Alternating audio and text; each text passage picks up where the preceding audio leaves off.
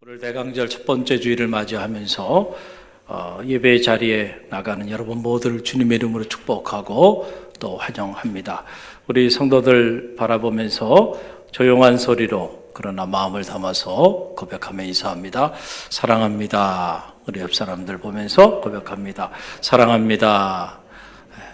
주님의 사랑이 여러분 가운데 가득 흘러 넘치는 그런 축복이 있기를 간절히 바랍니다. 오늘은 교회력에 따라 그 대강절 첫 번째 주일인데요. 이 대강절 혹은 대림절이라고 이렇게 말을 하죠. 아기 예수의 오심을 우리가 맞이하는 성탄절 전 4주부터 시작되는 이런 절기입니다. 이 절기에는 특별히 왜 주님께서 이 땅에 인간의 몸을 입으시고 오셔야만 했는지 그 의미를 깊이 성찰하면서 주님 우리 가운데 보여주신 그 삶의 한 자락이라도 우리의 삶을 통해 살아내는 그런 가장 경건한 그런 절기가 바로 이 대강절 절기입니다. 특별히 올해는 그 어느 해보다도 더 뜻깊고 의미 있는 그런 대강절이 아닌가 이런 생각을 해보게 됩니다. 2000년 전 주님께서 이 땅에 오실 때 당시 정말 너무나도 절박했고 너무나도 절실했던 그런 삶의 자리였는데 오늘 온 인류가 이 코로나 재앙으로 인해서 큰 어려움을 겪고 정말 우리를 구원해 주실 메시아, 진정 이 인류를 참 평화의 삶의 자리로 회복시켜 주실 구세주를 그 어느 해보다 더 절실히 필요로 하고 또 요구하고 있는 이러한 때에 우리가 대강절을 맞이하고 있습니다. 이 대강절을 통하여 주님의 회복과 치유의 은혜가 온 누리에 가득 흘러 넘치는 그런 축복이 있기를 주님의 이름으로 간절히 축원드립니다. 얼마 전 고 이건희 삼성그룹 회장님이 세상을 떠났죠. 삼성을 세계 초인류 기업으로 이렇게 세우신 분이죠. 대단한 그런 인물이 아닐 수가 없어요. 한 국가의 영역을 넘어서서 한 기업이 국가의 범주를 넘어서 버리는 그런 글로벌 기업을 만들었다고 하는 것은 결코 쉬운 일이 아닌 것이죠. 대한민국은 몰라도 삼성을 모르는 사람은 전 세계에 거의 없다고 말해도 과언이 아닐 정도로 그렇게 대단한 초인류 기업을 이룬 인물입니다. 그런데 세월 앞에는 그 모든 것이 다 그에게도 소용이 없었던 것 같습니다. 그래서 옛말에 세월에 장사가 없다라고 하는 말을 하고 하는 것이죠. 이 고 이건희 회장님이 2002년에 이런 말을 했어요. 한 사람의 천재가 만 명을 먹여 살린다라고 하는 말을 했습니다. 한 사람의 천재가 만 명을 먹여 살린다. 이 말을 했을 때 소위 말하는 천재 경영론이라고 하는 말이 이제 재계에서 화두가 되기도 하였습니다. 그만큼 한 사람의 인재가 너무너무 중요하다는 거죠. 조직에서, 기업에서 한 사람의 인재, 그 인재가 너무너무 중요하다라고 하는 그런 의미이죠. 여러분, 영적으로도 마찬가지입니다. 한 사람이 소중하다니까요. 할렐루야. 여러분들 흔히들 생각하기에 목사님, 저 같은 사람이야 뭐 갈릴리 교회에 있어도 그만이고 없어도 그만이죠. 스스로 여러분의 존재 자체 또 여러분의 존재감을 스스로 여러분들이 이렇게 경감시키는 분들이 있습니까? 여러분 절대로 그렇게 생각하지 마시길 바랍니다. 여러분 한 사람이 곧 갈릴리 교회고 여러분 한 사람이 곧 하나님이 천하를 두고도 바꿀 수 없을 정도로 사랑하셨던 그런 영혼임을 여러분들이 꼭 기억하시길 바랍니다. 할렐루야. 여러분 한 분 한 분이 결코 누가 뭐라 그래도 소홀히 여길 수 있는 그런 존재가 아니에요. 여러분은 천하를 두고도 바꾸지 않을 정도로 가치 있고 보배로운 하나님의 자녀임을 꼭 기억하시길 바랍니다. 영적인 세계 안에도 보면 한 분 한 분이 너무너무 소중해요. 그 한 사람이 10,000명 이상을 먹여 살리는 그런 놀라운 역사들을 이루어 나간다는 거예요. 어떤 사람이 그러면 영적인 천재일까? 바로 영적인 세계에서 정말로 귀하게 여기는 인재, 어떤 인재일까? 기도하는 사람입니다. 할렐루야. 기도하는 한 사람이 10,000명을 살린다니까요. 10,000명을 구원하는 그런 능력이 나타난다는 거예요. 여러분, 1553년에 영국의 메리 튜르라고 하는 여왕이 보위에 오르게 됩니다. 여왕이 보위에 오른 다음에 그가 그동안에 그 타락했던 로마 교황청으로부터 독립을 선언하고 나왔던 영국 국교회를 다시 그 타락한 로마 교회로 돌리고자 하였어요. 그랬더니 그 신실했던 그리스도인들이 거기에 대하여 항거하기 시작합니다. 그랬더니 이 메리라고 하는 여왕이 그 신실한 그리스도인들을 얼마나 박해했는지 몰라요. 당시에 화형에 처해서 죽인 사람의 숫자만 300명이 넘어요. 여러분, 기독교 역사를 보면요, 이 가톨릭이 얼마나 끔찍한 무서운 일들을 저질러 왔는지 우리가 다 알게 돼요. 지금도 사실은 큰 변화가 없어요. 종교개혁 이후에도 사실은 개신교가 떨어져 나왔을 뿐이죠. 리포메이션은 되지 않았어요. 아직도 큰 변화는 없어요, 사실은. 300명이 넘는 사람들, 그 신실한 하나님의 사람들을 화형을 시켜 죽이기까지 했다. 그랬던 피의 여왕 메리가 가장 무서워했던 사람이 누군가? 잔 낙스라고 하는 종교 개혁가였다라고 하는 거예요. 잔 낙스는 당시 이렇게 외치며 나라와 민족을 위하여 기도했습니다. 기도하는 한 사람이 기도 없는 한 민족보다 강하다는 거예요. 기도하는 한 사람이 기도 없는 한 민족보다 더 강하다는 거죠. 그러니까 여러분들이 기도하는 사람으로 서 있는 순간 여러분 한 사람이 한 민족보다, 기도하지 않는 한 민족보다 더 강한 역사를 나타내게 된다는 거예요. 그래서 메리 여왕은 이런 말을 했습니다. 잔 낙스 한 사람의 기도가 수십만의 군대보다 더 두렵다. 저 하나님 앞에 저렇게 기도하는 잔 낙스, 저 한 사람이 나는 수십만의 군대보다 더 두렵다 라고 하는 말을 남긴 거예요. 여러분, 기도하는 사람이 위대한 이유가 어디 있나요? 그 사람이 위대하기 때문이 아니에요. 그 기도를 들으시는 하나님 때문에 그 사람이 위대한 거죠. 할렐루야. 자연인으로서 우리는 너무나도 보잘것없어요. 너무 쉽게 깨지기 쉽고 하나님 보시기에 정말 끔찍한 피조물이죠. 언제나 연약한 모습으로, 언제나 죄인된 모습으로 그렇게 살아가요. 그래서 의인은 없나니 하나도 없다. 하나님 앞에 내가 스스로 의인이라 칭할 수 있는 사람은 아무도 없어요. 누군가가 아닙니다, 목사님, 저는 의인입니다. 그것 때문에 의인이 또 아닌 거야, 그 사람은. 그럼에도 불구하고요, 기도하는 한 사람이 한 민족보다 강하고요, 기도하는 한 사람이 수십만의 군대보다 더 두려운 존재가 될 수 있는 것은 연약하지만 우리의 작은 신음소리에 응답하시는 그 위대하신 하나님 때문에. 할렐루야.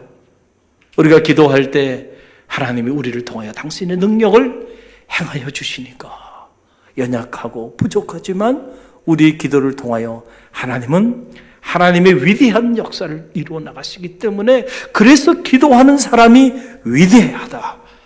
그 기도하는 한 사람이 한 민족을 살리고 한 공동체를 살리고 한 나라를 세우는 그런 위대한 역사를 이루어 나간다라고 하는 그런 사실이죠. 그래서 주님께서도 사랑하는 제자들에게 이런 말씀하셨잖아요. 기도 외에 다른 것으로는 이런 유가 나갈 수 없나니라. 하나님의 능력이 무엇을 통해서 나가는가? 기도 외에는 하나님의 능력이 나타날 수 없다. 주님이 하신 말씀이에요. 제자들이 주님을 따랐죠. 그리고 주님을 섬겼고 주님의 말씀을 배웠지만은 그러나 정작 그들이 기도하는 자가 되지 않았을 때에 흉내는 냈지만 능력은 나타나지 않았다는 거예요. 그 사실을 간파하셨던 주님께서 너희가 기도하는 자가 되라는 거죠. 할렐루야. 기도 외에 다른 것으로는 이런 주가 나갈 수 없느냐. 너희들이 기도하지 않았기 때문에 이런 능력이 나타나지 않은 것이다. 그러니 너희는 기도하는 자가 되라 라고 하는 그런 말씀이죠. 예수님께서 예루살렘 성에 이렇게 첫 입성하셨을 때에 가장 가슴 아파하셨던 것 중에 하나는 바로 예루살렘 성전 때문이었어요. 얼마나 화려한 성전입니까? 얼마나 많은 이들이 그것에 자리하고 있었습니까? 그런데 주님의 마음은 아팠어요. 그 성전을 보면서 주님께서 하시는 말씀이 내 집은 만민이 기도하는 집이라 일컬음을 받으리라 하였거늘 너희가 강도의 구렬로 만들었구나. 그렇게 한탄해 하시면서 내가 이 성전을 다 물어버리고 사흘 만에 다시 세우리라 라고 하는 엄청난 말씀을 하셨어요. 이 한마디의 말씀이 바로 주님의 교회론, 주님이 생각하는 교회는 어떤 곳인가? 그것은 곧 기도하는 곳이다. 할렐루야. 내 집은 만민이 기도하는 집이라 일컬음을 받으리라 하였다고 했잖아요. 아무리 화려하고 아무리 많은 사람들이 모여서 예배한다 할지라도 진정으로 기도하는 기도자들이 없다고 한다면 그건 이미 교회가 아닌 거예요. 우리가 아무리 성도의 길을 걸어간다 할지라도 진실로 우리 일상에서 기도의 삶을 놓쳐버렸다고 한다면 이미 나는 성도의 모습을 잃어버렸다. 다 허물어버리고 다시 세우리라. 주님의 이 음성을 우리가 잊지 말아야 합니다. 갈릴리 교회가 이 위기 가운데서도 영적인 저력을 가지고 하나님의 복음의 역사를 끊임없이 이어나갈 수 있는 그 동력이 어디로부터 오는가? 어디로부터 오겠어요? 각 처소에서, 그리고 요즘 영상으로 목장 예배를 드리는데 보니까 조회수가 높더라고요. 많은 성도들이 각 처소에서 영상으로 목장 예배를 드리며 기도하는 성도들이 있고, 새벽마다 교회를 위하여, 나라와 민족을 위하여 눈물로 기도하는 성도들이 끊이지 않는 교회, 그들의 기도와 헌신이 오늘 우리 갈릴리 교회를 있게 했다는 사실을 여러분 꼭 기억하시길 바랍니다. 여러분의 기도로 여러분의 가정이 세워져 가고 있고, 여러분의 기도로 하나님의 교회가 세워져 나가고 있고, 여러분의 기도로 위기 가운데서도 하나님의 역사는 이어져 가고 있다라고 하는 그런 사실이에요. 자, 그렇다고 한다면 오늘 대강절을 맞이하면서 어떤 기도를 그러면 우리가 하나님 앞에 올려드려야 할까라고 하는 사실이에요. 우리가 기도하는 일 중요해요. 그러나 그것보다 더 중요한 일은 우리가 어떤 기도를 하나님께 올려드려야 하는가라고 하는 사실이죠. 주님이 오늘 이 짧은 말씀을 통하여 주님께서 우리 가운데 가르쳐 주신 기도론입니다. 너희는 이렇게 기도하라 라고 하는 그런 말씀입니다. 마태복음 5장 43절로 44절 이 두 절의 말씀 저와 여러분이 함께 봉독합니다. 또 내 이웃을 사랑하고 내 원수를 미워하라 하였다는 것을 너희가 들었으나 나는 너희에게 이르노니 너희 원수를 사랑하며 너희를 박해하는 자를 위하여 기도하라. 사실 저는 지난 한 주간 이 대강절을 맞이하면서 특별히 사랑 주간이 시작되게 되는데 이 말씀을 붙잡고 새벽마다 기도했어요. 그런데 참 이 말씀이 저를 너무 힘들게 하고 너무 저를 괴롭혔던 그런 말씀이었습니다. 마지막 순간까지, 이 단에 서는 마지막 순간까지 저로 하여금 자유롭게 하지 못했던 말씀이 또한 이 말씀이기도 합니다. 성직자임에도 불구하고 사실 정직히 여러분 앞에 고백한다면 이 말씀대로 내가 기도하고 있는가? 제 자신을 들여다보니까 부끄럽기 짝이 없어요. 정말로 너를 힘들게 하고 너를 고통 가운데 몰아넣는 그런 박해자와 원수들을 품고 그렇게 지금 기도하고 있는가? 생각해 보니까 그렇지 못한 제 자신을 발견하게 되었습니다. 오늘 제가 선포하는 이 말씀은 저도 살아내지 못하는 말씀을 여러분에게 대언하는 거예요. 쉬운 일이 아니죠. 자기를 힘들게 하고 그래서 원수 같은 삶의 자리에 자리한 사람 사실 미워하지 않으려고 노력하는 것도 어려워요. 그런데 그 사람들을 품고 기도하라는 거예요. 여러분 이게 쉽습니까? 여러분은 이런 기도를 하나님 앞에 올려드리는 기도자입니까? 우리는 가만히 보면 누구나 우리가 사랑하는 것을 위해서 기도합니다. 그래서 사랑하면 기도한다라고 하는 이 공식이 통하는 거죠. 사랑하면 기도한다. 우리가 정말로 자녀를 사랑하면 자녀를 위하여 기도하지 않을 수가 없어요. 정말로 우리가 교회를 사랑하면 교회를 위하여 기도하지 않을 수가 없다라고 하는 그런 사실이죠. 오늘 우리가 기도하고 있는 기도의 내용을 점검해 보면 모두가 내가 사랑하는 것들, 내가 사랑하는 사람들을 위하여 기도하고 있다라고 하는 사실입니다. 그래서 우리의 기도의 내용에 있지 않은 것은 사실은 내가 사랑하지 않는 것이에요. 내가 정말로 사랑하면 그 사람을 위하여, 그것을 위하여 기도하지 않을 수가 없기 때문입니다. 그래서 성도에게 있어서 사랑의 다른 표현은 기도입니다. 기도. 정말로 그 사람을 사랑하면 그 사람을 위하여 중보하며 기도하지 않을 수가 없기 때문에 그렇습니다. 그래서 기도와 사랑과 기도는 둘이 아니에요. 이것은 하나입니다. 사랑하면 기도하게 돼 있기 때문에 그래서 사랑하는 일과 기도하는 일은 둘이 아니다라고 하는 사실이죠. 이것은 하나로 만난다.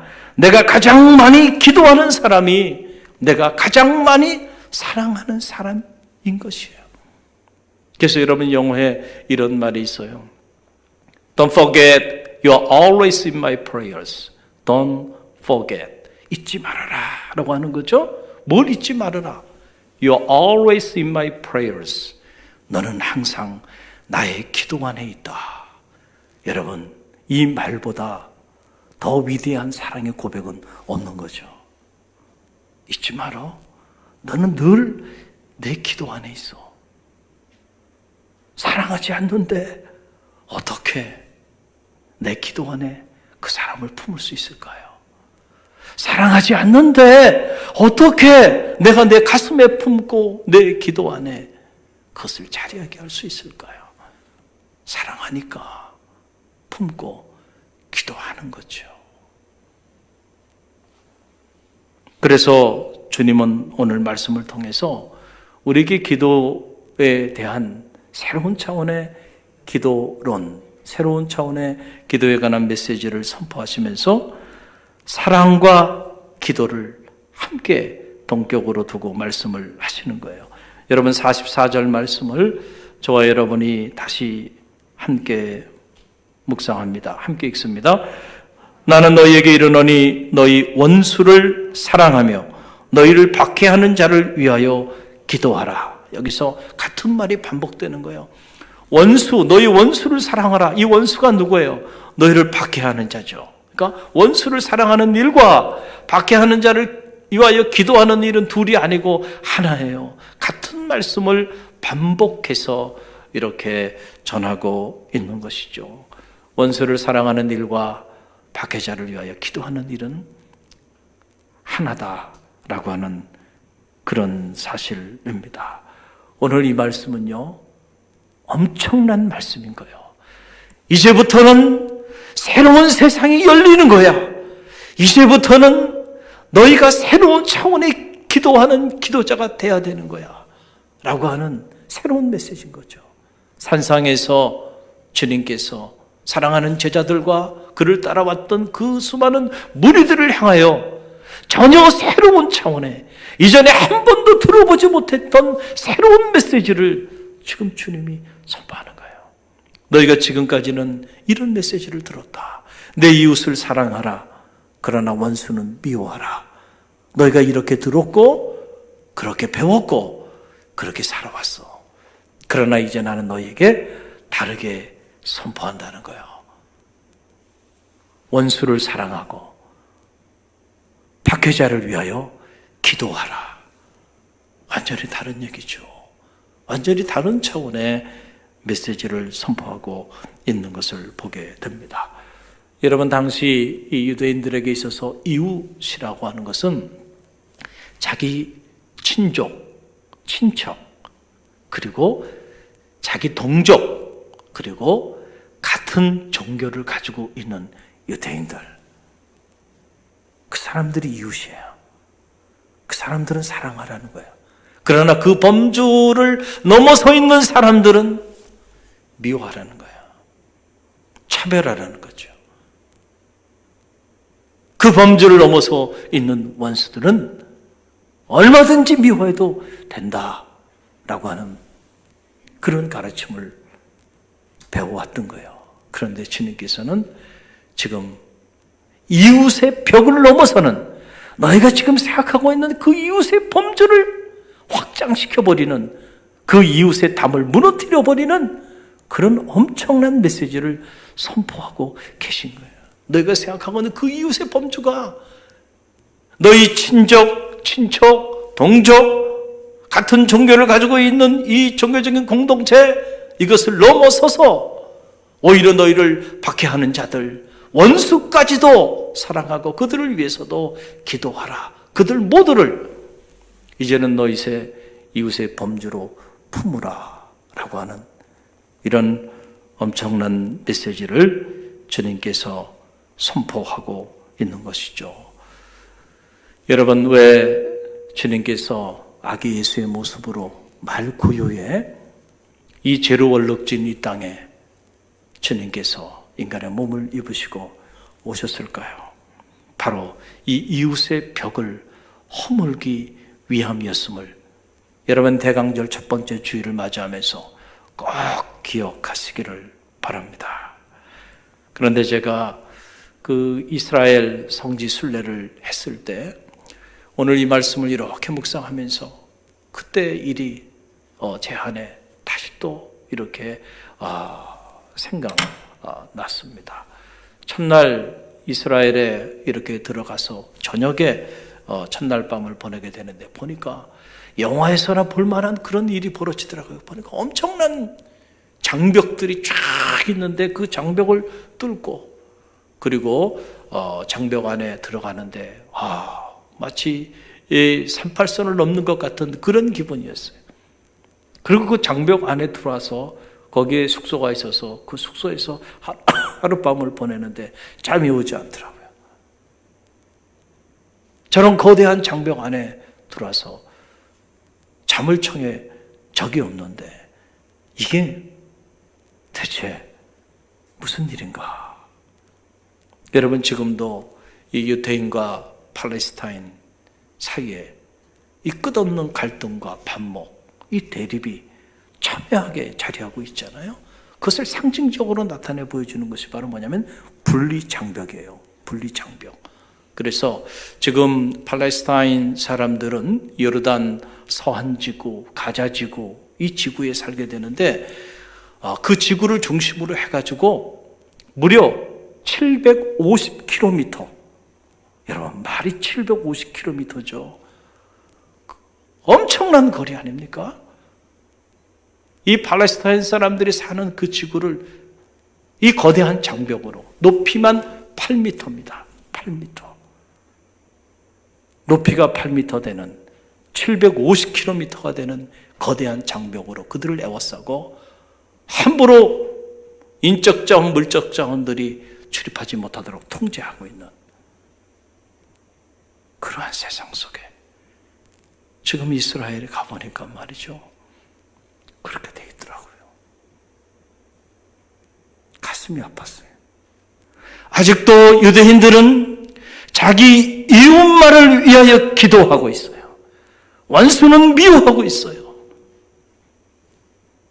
2000년 전에 주님께서 그 벽을 넘으라고 그렇게 말씀해 주셨는데 아직도 그들은 분리 장벽을 쌓고 그 장벽을 넘지 못하고 있는 모습을 보게 됩니다. 주님은 막힌 담을 허무시고 사랑과 화해의 사도로 우리 가운데 오셨지만 오늘 우리의 삶을 들여다보면 우리는 너무 많은 담들을 쌓고 살아가고 있다라고 하는 사실이에요. 이것은 내 이웃이고 저것은 내 이웃이 아니지. 너무 많은 수없이 많은 장벽을 쌓고 그리고 살아가고 있다는 거죠.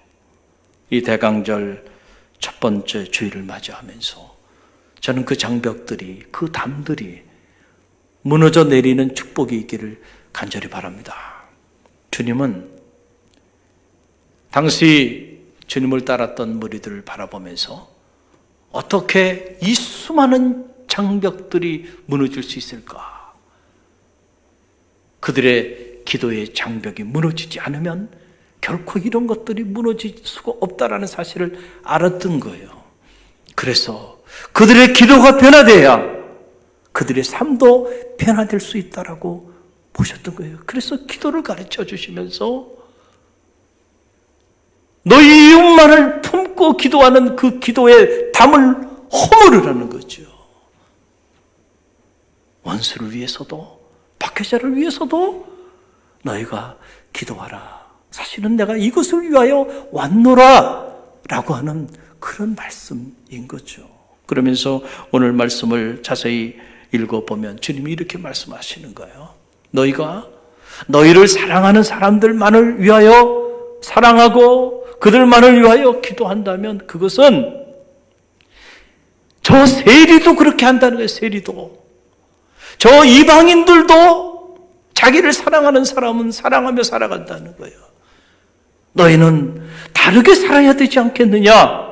이렇게 말씀하시면서 너희가 이제부터는 원수를 사랑하고 박해자를 위하여 기도하라. 그렇게 한즉 하늘 아버지께서 너희를 당신의 자녀로 인쳐 주실 것이다 라고 하는 이런 놀라운 말씀을 우리에게 전해주고 있는 것을 보게 됩니다. 하나님의 자녀가 되는 길, 우리의 기도가 바뀌어야 합니다. 하나님의 자녀의 기도는 자기를 사랑하는 사람들만을 위한 기도가 아니고 때로는 자기를 미워하고 박해하고 때로는 원수된 삶의 자리에 자리한 사람들조차도 품고 기도하는 기도자로 우리 기도가 변화되어질 때 비로소 우리는 하나님의 자녀가 되는 축복을 누리게 된다라고 하는 사실이에요. 그전에는 아니라는 거예요. 여러분, 참 감당하기 어려운 말씀이죠. 그러나 주님께서 이 말씀만 전하신 것이 아니고 이 말씀을 당신의 삶으로 살아내셨어요. 그래서 이 말씀의 의미가 무엇인지를 다 보여주신 거예요. 그래서 주님이 위대한 거예요. 그냥 말씀만 하시고 당신은 그렇게 살지 않았다고 한다면 허공을 치는 메아리일 뿐이에요. 주님이 전했던 이 말씀, 당시 제자들, 당시 산상에 모였던 무리들이 저게 무슨 말씀인지 알지 못했을 거예요. 그러나 주님이 삶을 통해서 말씀의 의미를 살아내 보여주셨잖아요. 우리가 연약했을 때, 우리가 죄인 되었을 때, 우리가 원수된 자로 자리했을 때 그런 우리를 위하여 주님은 십자가에 달리시고 신이 물과 피를 다 흘리시면서 하나님이여 하나님이여 저들이 지금 무엇을 하고 있는지 알지 못하나이다. 자들의 죄를 용서하여 주옵소서. 아무런 조건 없이 마지막 순간까지 그 십자가상에서 연약했고 죄인이었고 그리고 주님 앞에 원수된 자로 자리했던 우리를 위하여 끝까지 기도하셨던 그 주님의 기도, 바로 그 기도가